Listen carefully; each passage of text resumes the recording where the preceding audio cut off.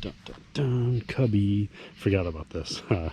I was tonight going to pull this carb off in the dark and take a peek because she's been running really hot. Last time I mowed, well, not today, but the time before that, it didn't make it to the end. It shut off.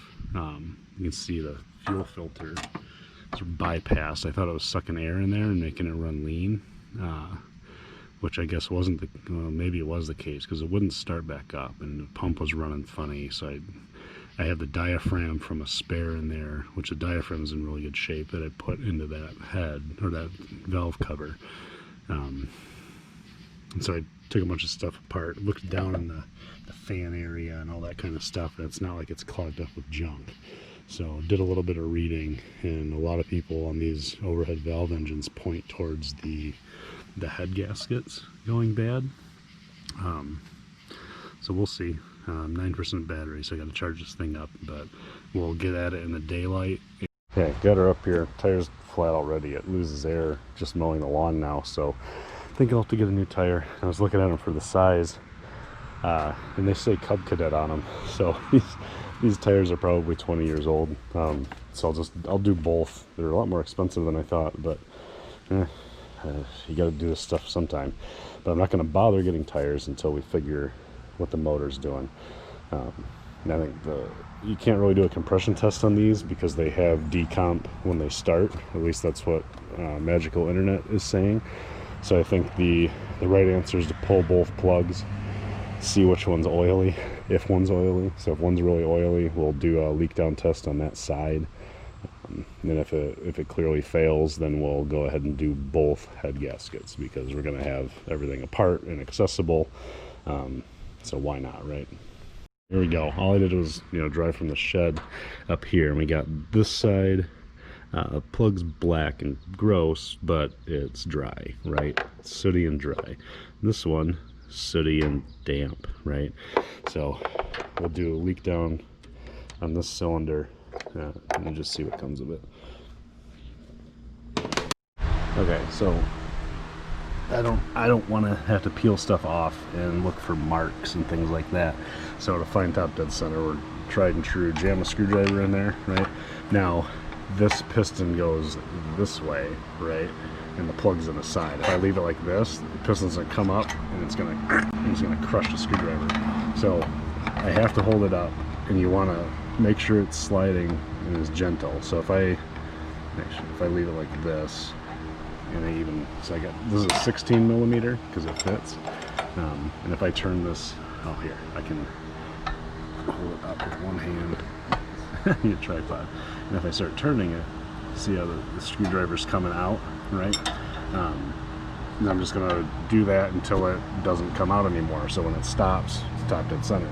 And there's gonna be two situations because I don't have the mark for which is the compression stroke. So when I get it to top dead center, either the exhaust valve is going to be open or the exhaust valve is going to be closed. We want it closed. So if I hook up my stuff to do a leak down and all the air rushes out of the exhaust, I need to do a whole nother rotation, get it to top dead center again, and try over. If it comes out the exhaust on both versions of top dead center, then you may have a guttered exhaust valve.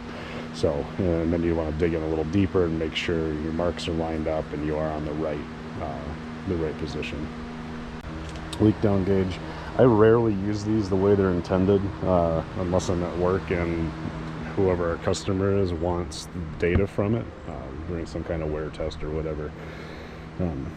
In which case, then you would want it like dead nuts at 100 ps, because if you don't have a gauge that tells you percent, which I don't trust that for end of me, but go to 100 psi, and if you turn your air off, right, because what you should be doing is get it to a pressure, turn off your air, we can put a valve there or whatever, and then after a certain amount of time what the pressure gets to. If it goes down to 95, you have 5% leakage. It's not difficult stuff. In our case, we just want to know where air comes out. We got a wrench on the crank, so if we're not perfectly TDC and the air pressure pushes, turn the motor over, it's not hard to turn these over when the plugs are out. Then we can stop it or reassess, but we'll see.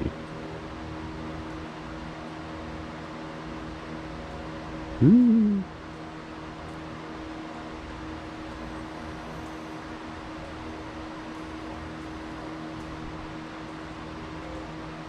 Just even letting air go.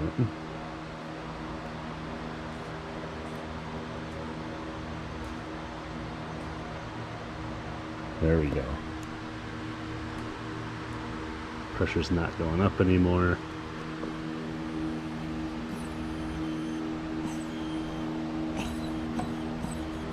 Okay, well, let me turn that fan off. So we do have air.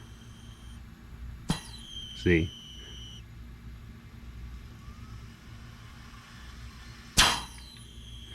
That's pressurizing the crankcase pretty fast. If the rings were sealed up nice, it wouldn't do it like that. But from what I understand, this is most likely the head gasket in between the valves and the whatever, so it lets a bunch of stuff blow by. So kind of what we predicted. I think we're going to need to do a head gasket on this side. Yeah. And like I said, it's not coming out the exhaust, right? So we know that we're at the proper position. Now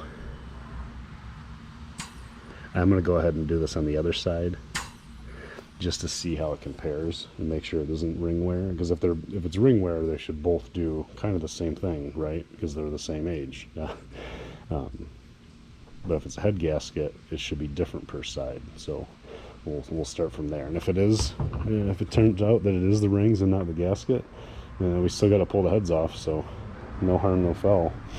Well, same result, right? I mean, air compressor's not on, so we're only probably making like 40-50 psi, but it's really coming in there. So we either have both head gaskets are bad, or our rings are just worn, like worn. So where last oil change is 637 hours, we're at 673. It's a 100-hour interval, so it's not like we're not treating it poorly, I don't think. But it just could be beat up, you know. How long are these engines supposed to last? Yeah, so I don't know. So we'll see what parts are. I can't imagine any of it's that expensive, but now I'm kind of curious to pull the heads off. Well, like I said, if I have to do rings, the heads are coming off anyway, and they're going to need new stuff. So a decade ago, I would have thrown all the parts in a pile, but now if it fits in a bag, put it in a bag and label it, because then I'll remember. Also, I'll probably just pick the camera up and jibber jabber, mostly because I want to see where things were, right? So like that was there with a washer on top. This, I don't know how I would screw up putting that, but yeah, I want to remember how stuff went in, kind of what order, that kind of thing. From what I understand, we're going to be pulling shield, governor setup, a couple other things to get the heads off. I don't know if they'll necessarily get off today before I go to work, but we can hope. And same thing, video for not much of anything. Just wanted to see that, you know, we got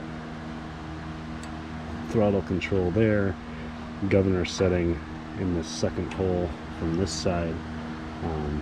Makes me wonder if I bring that up, you know, can I change my running speed with that, or does it make it run all goofy? So we'll have to look that up, because obviously it gets pinched on this post a certain way. We don't want to take any of that apart if we don't have to. If we do, we'll mark it really well, because I don't have a manual for this, not a service one, so we have to dig around and find one. Yeah, fun. This might be part of it. I mean, it's a lot of grass, right? Fan's supposed to let that blow across these fins. So if it's, you know, if that clogged it up and the head got too hot, that can cause a lot of problems. That can kill a gasket. That can wear rings fast too. So there's a lot of grass in there. That would explain why it smokes too. Cool. So we have to figure out a better way to keep that clear. There's a fun decide feature, right? So this bolt's snapped. It's closest to the exhaust. Same thing on this side. This is the first time I pulled this one off. Snapped it right in two. Some broke off way down in there. Closest one to the exhaust. Lots of discoloration here from it being hot. So I wonder if rings are bad and this side has a bad head gasket. Okay, so what we're going to run into here is that this this thing, right, can't come off with the shaft attached. This can't come all the way off with the shaft attached. And there's a screw holding it down, a machine screw down there, keeping this thing on. So pull the starter out. Looks like I can get to that bolt a lot easier. We can maybe flex this thing out of the way. There's a lot of buildup up here, right? It's gross. And then clearly you can see here too that the cylinder is not removable like I had hoped. It's part of the block, so if we did have to do rings, I think we'd have a lot of trouble doing it in the frame. It's becoming quite clear that this is going to get really stupid really fast. So like little stuff, right? This guy, right? It basically touches, you can even see it's worn over the years, touches this shield. I can't even push it in to try to get this stuff. So the only way this shield's coming off with the engine and the frame is if I remove the shaft and remove this whole assembly up here. I mean, the shaft has to come out for the engine to come out anyway, and once that shaft's off, what's other than like there's some electrics, right? It's like, how the hell do I get these out without taking this off, right? I guess you unplug them and you just take them with the engine, right? So like, yeah, maybe we do pull the thing out. It's probably going to be easier at this point to disconnect the exhaust, unhook some belts, and pull the engine than it is to pull the whole steering column plastic stuff, right? This sucks. I think that's it. I think we get, because if we get the engine out, we can power wash all this stuff too, which will be nice. Make sure everything's nice and clean before it goes back together, but you hate to pull the engine out and then not do actual engine work. It's a little much just for a cleaning. But at the same time, I think the amount of oil coming through here and the amount of air that came through here, we need to at least pull the heads off and look at those. And it's my understanding that I'm going to need this off to pull the heads. So there's a whole list of stupid going on. I don't know how I pulled it off, but I got that shaft free. Woohoo! Now, if I pull it from the other side, which I don't know how it attaches, I might be able to pull those shields off without pulling the engine. So it goes to that fan thingy assembly. So we have to pull this side off, and there's probably 4 more bolts, and then it just goes, you know, we can just pull it out. Because with that out of the way, we should be able to kind of flex these stuff and make it work. Now we'll run into trouble with that corner, but it may be that we can, once we can push this way, we can sneak past it. So quick time, I'm getting super hungry. I gotta leave for work in 35 minutes. I think we can get that shaft out, and I'll just hit a drive-through on the way in, but I want to shower and cool off a little bit too, so we'll rush a bit, pull the seat, pull that, we'll pull some stuff off real quick, and hopefully we make it. Yeah, so home from work. I think, I mean, I've definitely got enough light to do what I want to do tonight. Yeah, so I wasn't sure if it was going to rain, so I put a plastic bag and a big socket over the carb hole. Everything else, you know, I just put these down, no gaskets, just to keep the debris and, you know, big stuff out. Well, what we want to get done is to pull this rear thing, you know, the cover off, so that we can get that shaft disconnected there, and all we need to do is get it to wiggle out of the way. I don't think it has any kind of weird bearing stuff going on in the middle, so I think we can leave the foot guards in place, but once that shaft is pulled back, we should be able to shimmy that little coiled guy out. Maybe I should find a flashlight. Oh, I got the ones that I modified. So yeah, infuriating designs here, right? So like the fan thingy just kind of gets pinched on by that, which is fine. I don't mind that. What I do mind is that you can't, like, how in the holy hell am I supposed to get that out, right? So it's like you have to take the motor out. You can't just slide this out unless I go ahead and disconnect the entire steering column support. because it just doesn't, because maybe if I get it low enough, nope. It's stupid. It's just stupid. Yeah, there's nothing. It's maybe right there. Maybe. Yeah, I don't know. Maybe if I pull this linkage off, I can get this over a little bit more, and it'll barely wiggle through. But I don't want to bust that plastic up, so I got to be careful. Now, what I'm discovering is that you don't do what I'm doing at all. And I don't know, like, I don't know what's on the side that I might have to take off before I pull the heads off that's underneath this cover, right? Well, now that I have that centerpiece out, this fucking thing is on the outside, spins with the motor, right? The stuff just like rubs on each other or something. It's on the outside of that plastic. It's got 4 flathead screws to hold it on. So unless I want to, I mean, I can reach it, I think. So there's the screws, right? So I think, yeah, I just do it. I get in there, get those screws off, get that off, see if we can pull that forward. So I really don't want to take the engine out unless we're doing the rings. I just don't.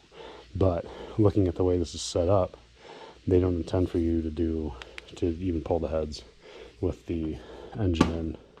It just doesn't. I think what's supposed to happen is this guy, right, that's in there, clips on to that frame there. It doesn't clip on where that part spins. It just presses up against it. So you put this in and you put your motor in place, and then it's just there. It just sits up against it. So you drop this in, put it up against the bolts, and you'd be done. So maybe we're just being stubborn. I don't know.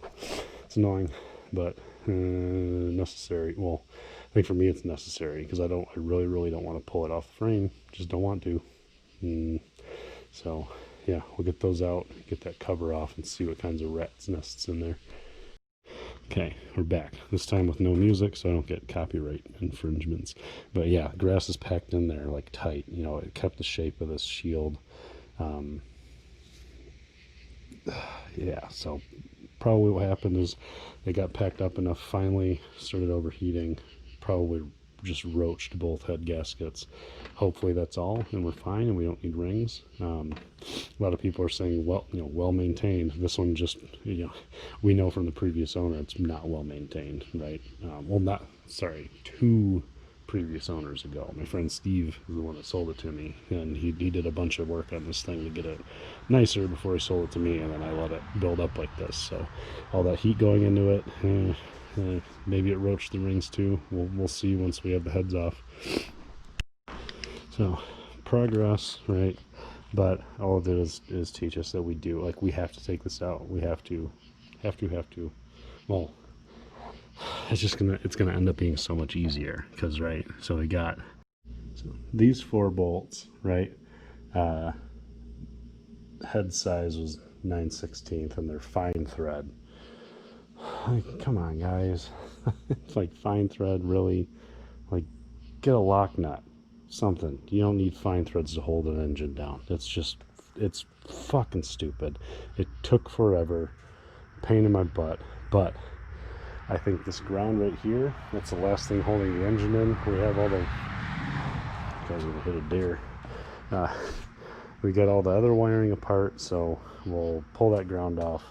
I'm just gonna grab this thing with my monkey arms and bring it in here in the light, and we'll get a better look at this side where the intake is.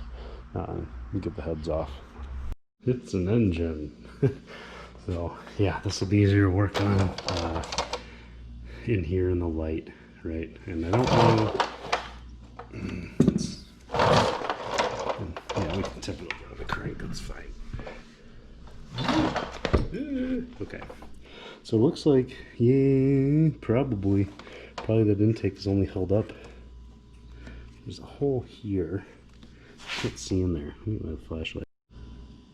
It looks like there's a Phillips screw down in there, way down in there. So. Bolt, Phillips screw. Maybe. It's a big maybe. It might just be that there's a bunch of junk down in there. I don't know what that hole's for, other than if there was a fastener. So, but yeah, all that's left before we pull the heads are just the intake, and these two coils are attached to the head. And actually, like looking at it, like they would come off, they'd be fine. Like, look at this spark plug wire. I bet that that's not long for this world. This one's looking okay. So hopefully I could probably just get some wire and replace that, and probably have boot ends laying around somewhere just from old cars and shit. So we'll worry about that when we put it back together. Like, what a pain though. Still, it's better than working on the shower. So it actually looks like the only reason to remove the coils is to not have to deal with the wiring, but we want to clean all this stuff up anyway, right? We're not going to leave it filthy and then try to put it back on. So we'll end up clipping those zip ties. We could have left the coils in place. They are slotted, so there's probably a critical measurement here, right, between the pickup itself and the coils. So when we put the engine back together, we'll probably go ahead and put the coils on before the heads. So, because you can see the seam right here, right? So the head's going to come off and the coils can be in place. It probably doesn't matter in the end, whatever we put stuff on, because it'll be easy to turn this no matter what without plugs in, right? You can see it just turns. So, yeah, we'll get at it. So we got to pull these rockers off, pull the push rods out, 4 bolts, and the heads off. So we'll check back in then. And this was the side that had the oily plug, and this is the side that has the oily, all the stuff down there. So it didn't look like it's coming out of the head though, that oil, so that could be front main seal. We may end up doing a lot more work to this engine than we originally intended, but that's our pattern, right? Look at the car, look at the shower, you know, everything. We just get it partway done and then have other problems until we have so many projects that we're just overwhelmed. So yeah, we'll get there. Things actually look pretty good.